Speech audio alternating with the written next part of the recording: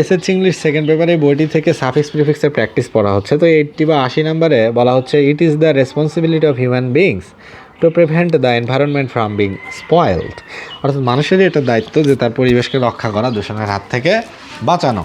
To make life healthy and comfortable we should keep the environment clean and danger free, but often people spoil the environment by doing unwise things and consequently endanger their own life, নিজেদের জীবনকে on বানান own life, অর্থাৎ নিজের জীবনকে তারা ঝুঁকির মুখে ফেলে। It is the ecological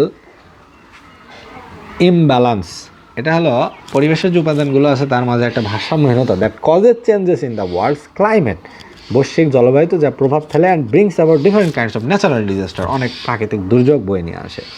man is really dash to this destructive disasters, তাহলে ম্যান ইজ রিয়েলি হেল্পলেস, এসব প্রাকৃতিক দুর্যোগে মানুষ আসলে অসহায় হয়ে পড়ে। টু দিস ডিস্ট্রাকটিভ ডিজাস্টার্স, এসব ধ্বংসাত্মক দুর্যোগের মুখে পড়ে।